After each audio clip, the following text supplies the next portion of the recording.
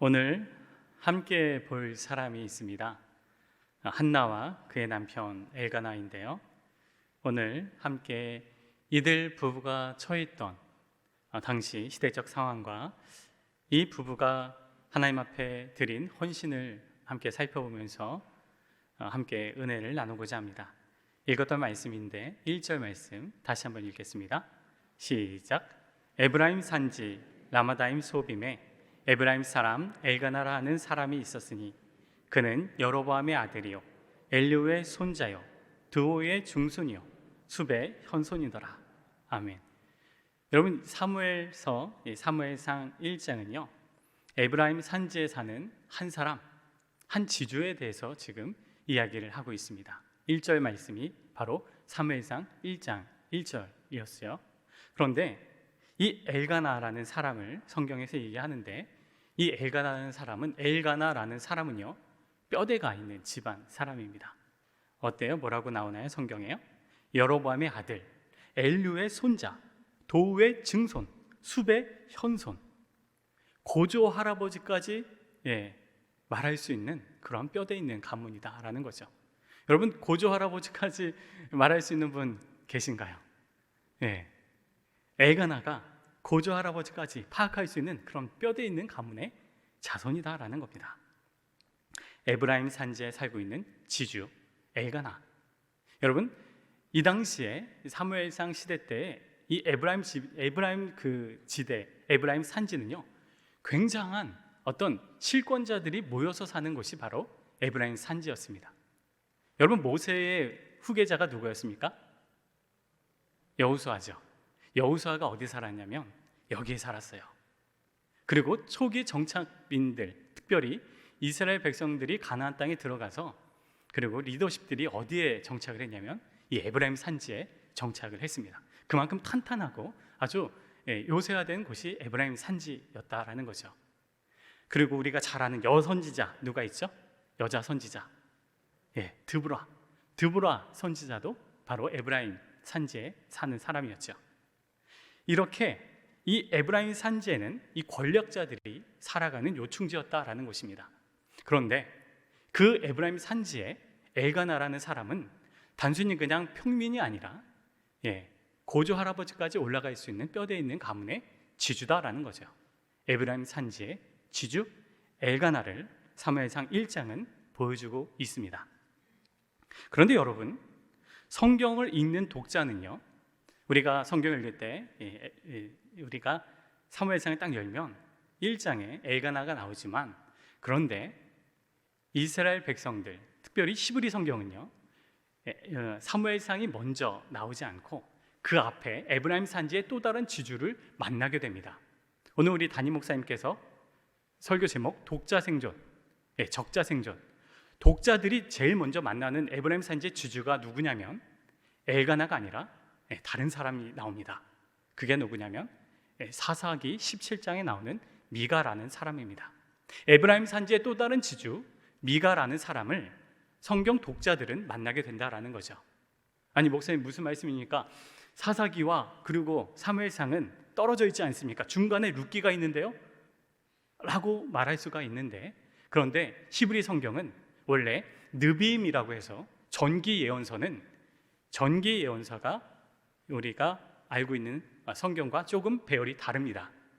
룻기는 이제 크투빔이라고 해서 다른 성경이고, 원래는 느비임이라고 해서 전기 예언서로서 사사기와 사무엘기는 함께 붙여져 있는 성경이다라는 거죠. 그래서 사사기 다음에 뭐라고요? 사무엘상입니다. 그래서 독자들은 에브라임 산지의 지주 미가를 먼저 만나게 되는데, 우리 함께 사사기 17장에 있는 사람을 한번 먼저 찾아보겠습니다. 사사기 17장 1절 말씀. 사사기는 구약에 있습니다. 웃어주셔서 감사합니다. 사사기 17장 1절 말씀 읽겠습니다. 시작. 에브라임 산지에 미가라 이름하는 사람이 있더니, 미가 에브라임 산지의 지주예요. 또 다른 지주. 독자가 만나는 첫 번째 에브라임 산지의 지주 미가. 미가에 대한 이야기 17장, 사사기 17장 이야기하면 너무 길어지니까 짧게 압축해서 얘기하면, 미가라는 사람은 어떤 사람이냐면 17장을 읽어보면 미가라는 사람이 부자예요. 집에 돈이 많습니다. 그런데 어머니의 돈을 몰래 훔쳤어요. 돈이 없는 거예요. 어머니가 집에 오니까 자기가 모아놓은 돈이 없으니까 이게 어디 갔나 막 찾다가 끝내 뭐라고 하냐면 이 돈을 훔쳐간 도적놈을 저주하는 말을 이제 쏟아냅니다. 그 저주에 대한 말을 이 미가가 듣고, 아들은 자기가 훔쳤는데, 그래서 이거를 양심의 가책이 받았는지 어머니한테 그 돈을 이제 일부를 돌려드려요. 돌려드리니까 어머니가 하는 말이 이게 잘 됐다 그러면서, 성경은 이제 어머니가 알았는지 모르는지 이 뉘앙스를 찾기는 참 어려운데, 아무튼 이 미가가 어머니한테 다시 돈을 돌려드리니까 그 돈을 가지고 어머니가 다시 그것을 아들한테 줘요. 그러면서 뭐라고 얘기하냐면, 이 돈을 가지고 이제 다른 일들을 행하게끔 미가가 일을 벌입니다. 그 돈을 가지고 미가가 무엇을 하냐면 은으로서 신상을 부어 만들게 되죠. 그리고 그 신상을 자신의 개인 산당에 안치시키면서 그것이 하나님이다라고 생각하면서 숭배하는 일을 벌이게 됩니다. 사사기 17장 3절 말씀 제가 읽어드릴게요. 미가가 은 1,100을 그의 어머니에게 도로 주매 그의 어머니가 이르되 내가 내 아들을 위하여 한 신상을 새기며 한 신상을 부어 만들기 위해 내 손에서 이 은을 여호와께 거룩히 드리노라. 그러므로 내가 이제 이 은을 내게 도로 주니라. 은을 가지고, 이 돈을 가지고 하나님께 바친다 하면서 신상을 만든대요. 그래서 그 아들에게 주었죠. 그리고 아들이 그 돈으로 신상을 부어 만듭니다. 그리고 자신의 가족들의 제단에 안치시키게 되죠. 그리고 그것으로 끝내지 않고 이 미가라는 이 지주는 무슨 일을 벌이냐면 온전히 하나님께 제사를 드리기 위해서 신상을 부어 만들고, 십계명 개의치 않습니다. 그냥 신상을 만들고, 그리고 신상을 만들었으면 하나님께 제사를 지내야 되잖아요. 그러면 제사장이 갖춰야 할 중요한 의식 중에 하나로서 의복이 굉장히 중요합니다. 그래서 성경에선 에봇이라고 하는데 이 에봇을 지어 만듭니다. 가진 보석을 만드는 이제 입혀진 에봇. 그리고 에봇을 만들었으면 제사장이 있어야 되잖아요. 제사장을 자신의 아들 중에서 좀 용모가 반듯한 사람을 아들에게 이제 제사장 직무를 맡긴 거예요. 그래서 제사장 직무를 하게 합니다. 무엇을 위해서요? 자신의 가정의 안위를 위해서, 복을 위해서 그런 일들을 벌였다라는 겁니다. 그런데 나중에 보면요, 베들레헴에서 레위 지파 출신인 청년 하나가 에브라임 산지로 들어오게 돼요. 이 사람을 우연히 이 미가가 만나게 됩니다. 그래서 제안을 하죠. 스카우트 제의를 한 겁니다. 내가 우리 집에 와서 돈을 얼마 주고 1년에 옷을 얼마 주고 할 테니까 우리 가족을 위한 제사장으로 지내라 해서 영입을 하게 돼요. 그러면서 이제 과거에 미가라는 이 사람이 자신의 아들을 제사장으로 삼아서 마음이 찜찜했는데, 근데 레위 지파 출신, 정말로 아주 정통 있는 사람이잖아요. 그래서 제사장으로 삼았으니까 이제 마음에 뿌듯하면서 이러한 마음을 갖게 됩니다. 사사기 17장 13절 말씀, 우리 다 함께 한번 읽어볼까요? 사사기 17장 13절 말씀 시작. 이에 미가가 이르되 레위인이 내 제사장이 되었으니 이제 여호와께서 내게 복 주실 줄을 아노라 하니라. 여러분, 이게 무슨 말이에요? 은신상을 만들어서 자신의 산당에 두고 에봇도 마음대로 만들어서 아들에게 입혔다가 그것을 벗겨서 떠돌이 방황하는 제 청년을 데려다가 제사장을 삼아서 뭐라고요? 이제 다 갖췄으니 하나님께서 나에게 이제 진짜 복을 많이 내려주시겠구나, 이런 생각을 지금 갖고 있다라는 겁니다. 여러분, 이게 정상적일까요? 대답해 주세요. 아니죠. 비정상입니다. 하나님 섬김이라는 미명하에 하나님 섬김이 아니라 나를 섬기고 내 가족을 섬기고, 아니 나를 위한 복을 섬기고, 이렇게 하나님 섬김을 단순히 하나님을 자신의 가정과 자신을 위한, 가족들을 위한 어떤 그 액세서리로 여기는 그러한 미가의, 그리고 에브라임 산지의 지주의 모습을 우리는 성경에서 만나고 있다라는 거죠. 우상으로서 하나님을 섬기고 있는 미가의 모습입니다. 하나님 섬김이다라고 믿고 버린 일입니다. 이게 우상이라고 생각하지 않고 하나님 섬기고, 그래서 내가 복을 받기 위해서 하나님 섬기는 나의 열정, 열심이다라고 생각하면서 버린 일들이었다라는 것입니다. 이러한 모습들에 대해서 성경이 고발을 합니다. 영적인 미가의 이런 영적인 상황, 영적인 어떤 모습들에 대해서 사사기 성경은 이렇게 고발을 하죠. 사사기 17장 6절 말씀 제가 읽어드립니다. 그때에는 이스라엘의 왕이 없었으므로 사람마다 자기 소견에 옳은 대로 행하였더라. 아멘. 여러분, 이 말씀은요, 사사기 17장에도 나오고, 그리고 사사기 21장 26절 21장 25절 마지막 구절에도 동일한 말씀이 반복돼서 나오는 것을 볼 수 있습니다.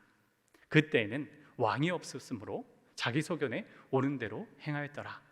여러분, 이 말씀이 하나님께서 당시 사사시대의 영적인 분위기, 사람들이 갖고 있는 하나님에 대한 인식과 하나님의 섬김에 대한 어떤 태도들을 성경은 고발하고 있다라는 것입니다. 왕이 없었고, 그리고 자기 소견에 옳은 대로 행하는 사람들의 영적인 암흑기의 모습을 성경이 적나라하게 고발하고 있다라는 것이지요. 대부분의 사람들이 이렇게 섬겼습니다. 미가만 그렇게 섬긴 게 아니에요. 단순히 여러분, 개인의 일탈로 치부해서는 안 됩니다.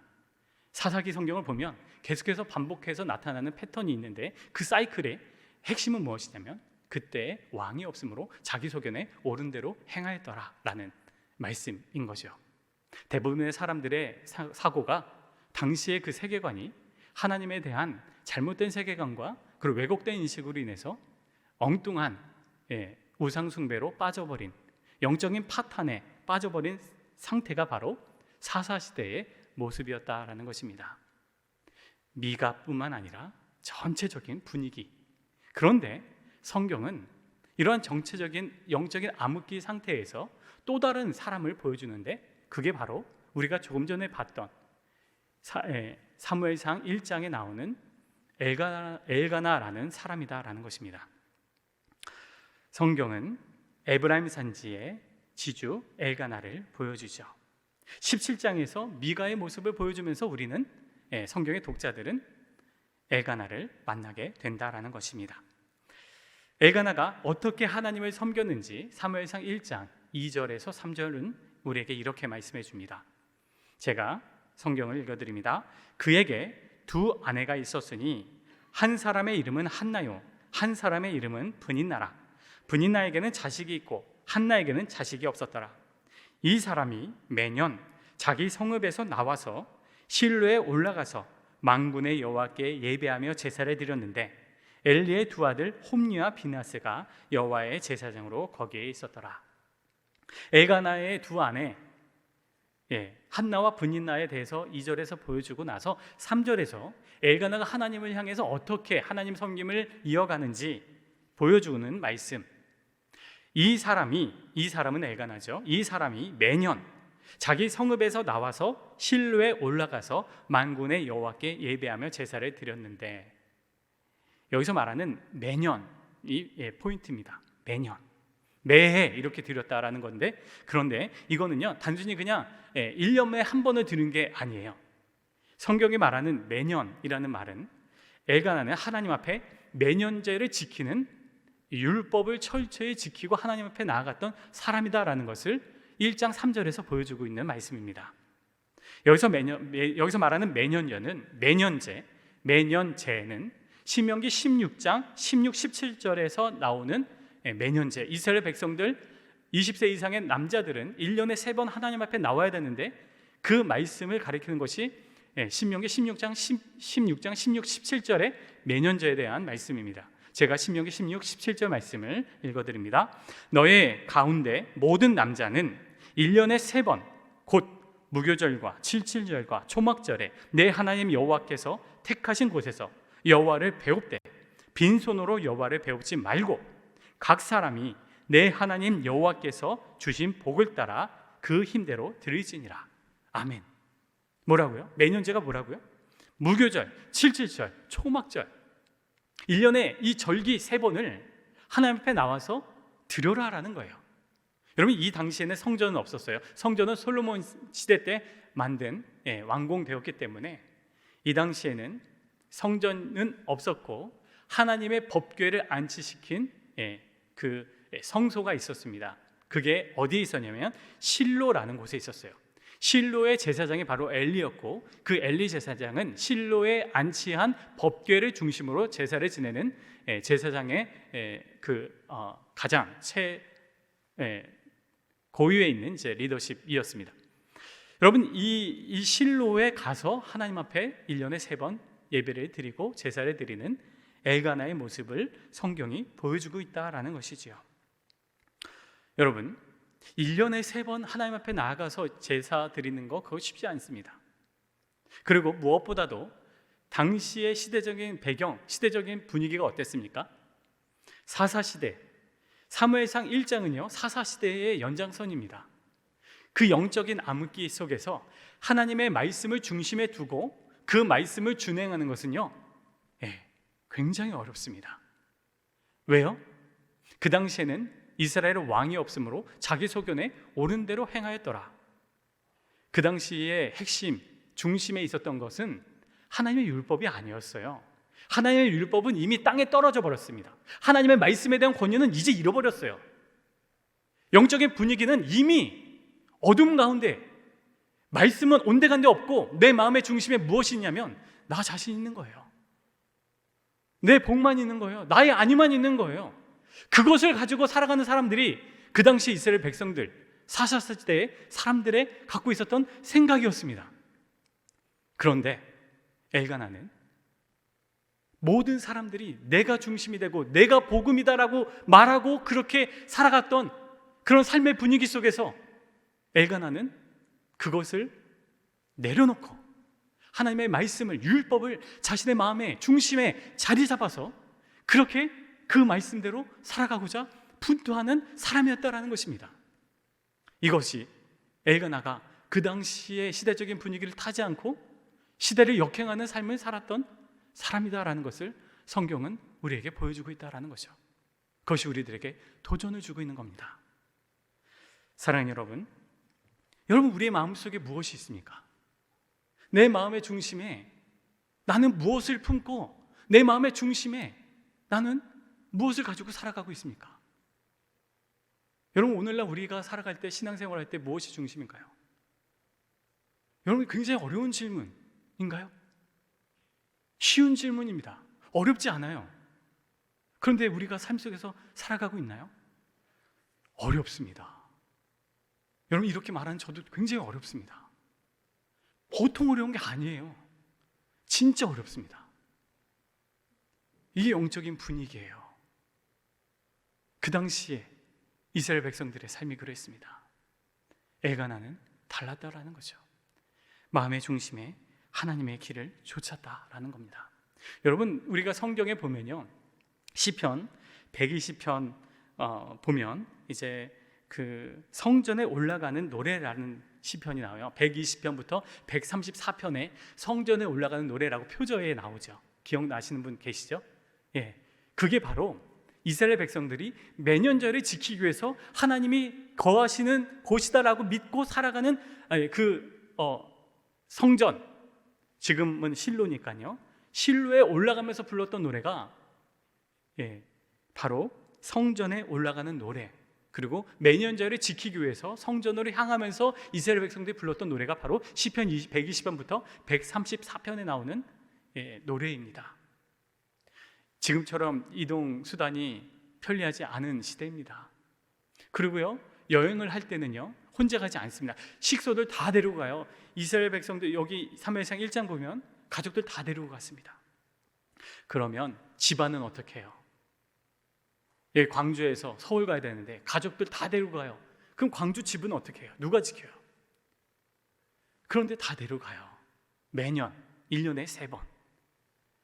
거리도 보통 거리 아닙니다. 이동수단, 그리고 도적을 만날 수 있는 위험, 강도의 위험, 질병의 위험, 그리고 재산에 대한 그런 위협들이 산적해 있는데, 도처에 깔려 있는데 그것을 무릅쓰고 하나님 앞에 나아가는 엘가나의 모습. 왜 그렇습니까? 하나님의 율법의 말씀 때문이에요. 여러분, 성경 사무엘상 1장을 읽어볼 때 엘가나의 이러한 하나님 섬김에 대한 열정이, 그가 목적이 복에 있다라고 성경은 절대로 언급하지 않고 있습니다. 나에게 복을 주겠지. 절대로 성경은 그렇게 엘가나의 신앙의 모습을 그것으로 귀결된다고 절대 말하지 않습니다. 이것이 인생의 본분임을, 그리고 자신의 삶의 핵심임을 믿기 때문에, 그것이 참된 신앙이라고 믿기 때문에 엘가나는 그러한 삶의 자리를 지키고 나아갔다라는 거죠. 복이 그의 행동의, 신앙의 우선순위가 아니었다라는 것입니다. 사랑하는 여러분, 미가는 자기 소견에 옳은 대로 행했습니다. 자신의 이익, 자신의 안위, 자신의 복, 그것을 위해서 하나님을 섬겼죠. 엘가나는 그러나 하나님의 자신의 마음의 중심에 하나님을 두고, 하나님의 말씀을 두고 그 말씀을 준행하며 살아갔습니다. 여러분, 인간의 마음에는요, 우리 마음에는요, 의자가 하나가 있어요. 의자. 마음의 중심에는 그 왕이 앉는 의자, 왕좌가 있습니다. 우리 사형리 보면은 이제 사형리 전도할 때 보면 거기 마음의 중심에 이제 의자가, 왕자가 있다라고 표현하잖아요. 마음의 중심 왕자가 있어요. 왕이 앉는 의자인데, 그 왕이 앉는 의자에 나 자신이 앉아 있으면 바로 아까 우리가 보았던 미가의 모습, 미가의 신앙의 모습이 우리들의 삶 속에서 나타날 가능성이 매우 높습니다. 그러나 왕자에 나 자신이 아니라 하나님의 말씀을 내 마음의 중심의 의자에 안치시키고 예수 그리스도를 안치시키고 살아가는 삶의 자리를 지키는 사람이라고 한다면 엘가나의 모습을 살아가게 되리라 믿습니다. 우리의 삶의 자리는, 그리고 우리의 마음의 의자의 자리에는 현재 누가 앉아 있습니까? 우리의 신앙생활은요, 이 의자 쟁탈전이에요. 여러분, 우리의 죄성은요, 마음의 이 의자에 내가 앉으려고 해요. 누구나 마찬가지입니다. 이 자기중심성이 굉장히 타락한 인간의 본성입니다. 하나님의 말씀을 내 마음의 중심에 두지 않으려는 그런 죄성이 우리들 가운데 있어요. 그래서 어떻게 해요? 신앙 공동체 안에서도 내가 말하는 것이 관철되어야 돼요. 무조건 주장하려고 합니다. 그럼 어떻게 돼요? 어렵습니다. 공동체가 어려워져요. 계속 분쟁만 일어납니다. 내 마음의 중심에, 여러분, 내 마음의 의자에서 내가 내려와야 돼요. 여러분, 이것이 신앙생활인 줄 믿습니다. 이것이요, 싸워야 됩니다. 싸워야 돼요. 신앙생활은 영적인 싸움입니다. 사람들과 사람의 싸움이 아니에요. 혈과 육의 싸움이 아니라 공중권세자 사탄과의 싸움이다라고 에베소서는 우리에게 말씀합니다. 내 마음의 중심에서 내가 앉아있는 것을 내려놔야 돼요. 내려와서 누가 앉으셔야 돼요? 하나님의 말씀이. 하나님의, 그래서 말씀을 읽어야 돼요. 내 자로 뭡니까? 독자 생존. 웃으시기 바랍니다. 저는 말씀을 들으면서 오늘 말씀을 전하려고 하는데 담임 목사님의 말씀과 일맥상통하는, 그래서 참 기분이 좋았어요. 또 하나님께서 이렇게 인도하시는구나. 그리고 말씀을 읽으면서 큐티하면서 어떻게 해야 돼요? 써야 됩니다. 4글자 전문 용어 뭡니까? 적자 생존. 여러분, 이것이 굉장히 중요해요. 신앙생활에 있어서 하나님의 말씀에 대한 읽기와 쓰기가 이루어지지 않으면 내 마음의 중심에 나 자신이 들어갑니다. 인간의 죄성은 어쩔 수가 없어요. 사랑하는 여러분, 싸우시기 바랍니다. 옆에 있는 사람과 싸우지 마시고, 교회 안에서 싸우지 마시고, 내 마음에 나 자신과 싸워서 승리하는 비결이 무엇이다? 적자 생존, 독자 생존, 독자 생존, 적자 생존. 하나님의 말씀을 내 마음의 중심에 두고 예수 그리스도를 내 마음에 두고 나의 마음의 왕좌에서 내가 내려와서 예수 그리스도, 우리 주님, 하나님의 말씀이 나의 삶의 중심이 되는 저와 여러분의 삶이 되시길 주의 이름으로 간절히 축원드립니다. 아멘. 어쩝니까? 말씀이 여기서 끝나지 않습니다. 더 말씀을 좀 더 보겠습니다. 계속해서 오늘 본문 4절부터 8절 말씀 제가 빠른 속도로 읽어드립니다. 엘가나가 제사를 드리는 날에는 제물의 분깃을 그의 아내 브닛나와 그의 모든 자녀에게 주고 한나에게는 갑절을 주니 이는 그를 사랑함이라. 그러나 여호와께서 그에게 임신하지 못하게 하시니 여호와께서 그에게 임신하지 못하게 하심으로 그의 적수인 브닛나가 그를 심히 격분하게 하여 괴롭게 하더라. 매년 한나가 여호와의 집에 올라갈 때마다 남편이 그같이 하매 브닛나가 그를 격분시키므로 그가 울고 먹지 아니하니 그의 남편 엘가나가 그에게 이르되 한나여 어찌하여 울며 어찌하여 먹지 아니하며 어찌하여 그대의 마음이 슬프냐. 내가 그대에게 10 아들보다 낫지 아니하냐 하니라. 아멘.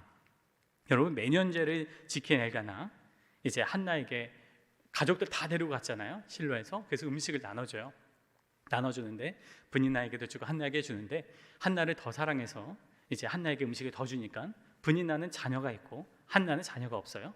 브닛나가 자기가 더 자식들이 있는데 자기가 더 적게 받으니까 이제 화가 난 거죠. 그러면서 한나한테 막 쏟아내는 거예요.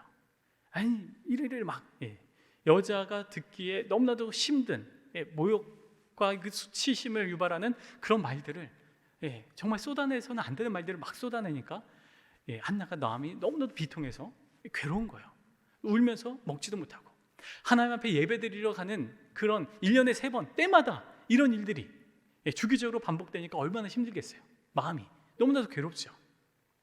그래서 이제 굉장한 축제로 드려야 될 그런 이 매년제가 한나에게는 고통, 고난, 고행의 시간이다라는 거죠. 그런데 그러한 고통 속에 있을 때 하나님께서는 하나님의 일들을 준비하고 계셨음을 성경은 우리에게 말씀합니다. 사무엘상 1장 5절 하반절을 제가 읽어드립니다. 그러나 여호와께서 그에게 임신하지 못하게 하시니, 이 한나가 임신하지 못한 건 하나님의 계획 가운데 있었다라는 거죠. 한나가 고통 가운데 있는 것은 하나님의 섭리 가운데 있다라는 것을 성경은 우리에게 보여주고 있다라는 것입니다. 여러분, 제 가족 관계를 모르시죠? 아시는 분이 없으시겠죠? 제가 말을 안 했으니까요. 여러분, 저는요, 제 얘기를 잠깐 하면 저는요 4녀 1남의 막내입니다. 네, 제 밑으로는 아무도 안 계시고요, 제 위로 누님만 4명 있죠. 그래서 저의 집안에서는 아들이 굉장히 귀한 집안이에요. 제가 장손이고, 그리고 제가 아들 하나이고, 아버지도 누님 여동생과 누님만 계시고, 아들이 굉장히 또 귀했던 집안이었습니다. 장손이고 또 아들이 굉장히 또 귀하니까 여러분, 할머니가 굉장히 아들 때문에 고난을 많이 당하셨다라는 것을 이야기 들었는데, 그런데 대를 이어야 되는데, 근데 어머니가 제 위에 누가 몇 명이라고요? 4명. 할머니가 그렇게 아들을 중요하게 생각하고 시집을 왔을 때도 할머니가 딱 자리에 앉히고 그래, 잘 먹고 잘 쉬고 아들 낳아라, 이렇게 말씀하셨대요. 그래서 이제 결혼하시고 이제 자녀를 낳으셨어요. 첫째가 누구라고요? 딸입니다. 딸이 나왔으니까 첫째는 그냥 이제 어떻게 보면 몸풀기 아니에요. 그래서 할머니가 그래, 잘했어, 수고했어, 그렇게 두들겨 주셨대요. 2년이 흘렀습니다. 또 자녀를 낳았어요. 아들일까요, 딸일까요? 딸입니다. 그래, 이제 다음번에 잘해, 이렇게 두들겨 주셨대요. 다음번에 잘해가 무슨 뜻인지 모르지만 이제 다음번에 이제 아들을 낳으라고 이렇게 두들겨 주셨대요. 셋째를 또 낳았는데, 셋째가 또 누구예요? 또 딸이잖아요. 이제 할머니가 셋째를 이제 낳을 때 이제 딱 보고 나서 그냥 뒤도 안 돌아보시고 그냥 문을 닫고 나가셨대요. 셋째 때부터 이제 위기가 다가온 겁니다. 여러분, 저는 이제 시골에서 자랐기 때문에 문명의 혜택을 받지 못했어요. 저희 어머니는 이제 자녀 5을 다 병원에서 낳은 게 아니라 집에서 낳으셨고, 막내 저는요 마실 나가셨다가 돌아오는 길에 산길을 느끼셔서 남의 집에서 나왔습니다. 여러분, 셋째를 낳았는데 딸이어서 또 이제 넷째, 정말 아들 거다 했는데 또 어떻게 해요? 딸이에요. 저희 어머니는요, 할머니가 그냥 뒤도 안 돌아보고 할머니의 그 눈빛을 잊을 수가 없대요. 그래서 넷째 때 낳았을 때는 미역국을 어머니가 울면서 직접 몸을 푼 어머니가 미역국을 정말 혼자 자기가 끓여서 드셨다라는 이야기를 저한테 해주셨습니다. 다섯째 어떻게 해요? 의지의 한국인. 그래서 또 하나님 아들을 주시면 하나님께 내가 바치겠습니다라고 마음을 먹고 이제 하셨을까요? 안 하셨을까요? 먼저 다섯째를 낳기 전에 넷째 저희 누나 있잖아요. 저희 누나는 저 때문에 굉장한 가장 큰 피해를 입은 분인데 그의 이름이 무엇이냐면 자그마치 득남입니다.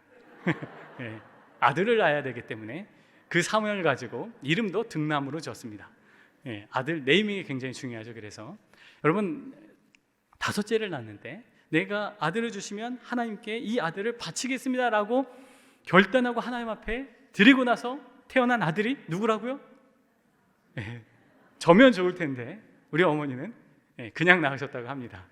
어머니는 예수님을 믿지 않으셨기 때문에 제가 예수님을 믿는 일대고 나중에 어머니 전도해서 아버지 어머니 예수님을 믿으셨는데요.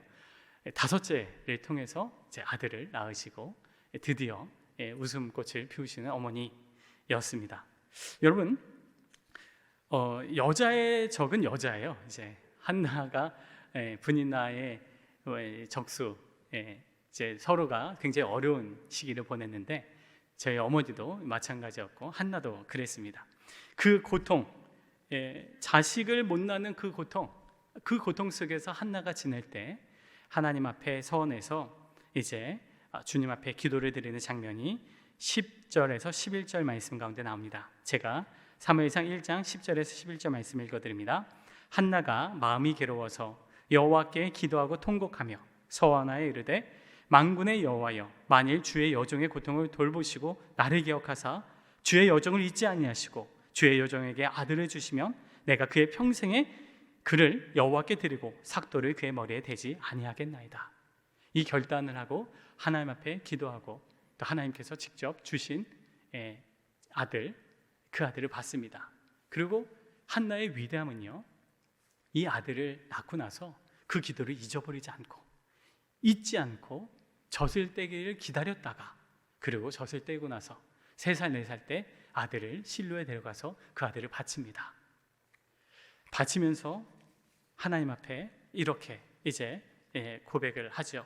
사무엘상 1장 26절, 28절 한나가 이렇게 고백합니다. 실로의 엘리 제사장이 말합니다. 한나가 이르되 내 주여 당신의 사심으로 맹세하나이다. 나는 여기서 내 주 당신 곁에 서서 여호와께 기도하던 여자라. 이 아이를 위하여 내가 기도하였더니 내가 구하여 기도한 바를 여호와께서 내게 허락하신지라. 그러므로 나도 그를 여호와께 드리되 그의 평생을 여호와께 드리나이다 하고 그가 거기서 여호와께 경배하니라. 아멘.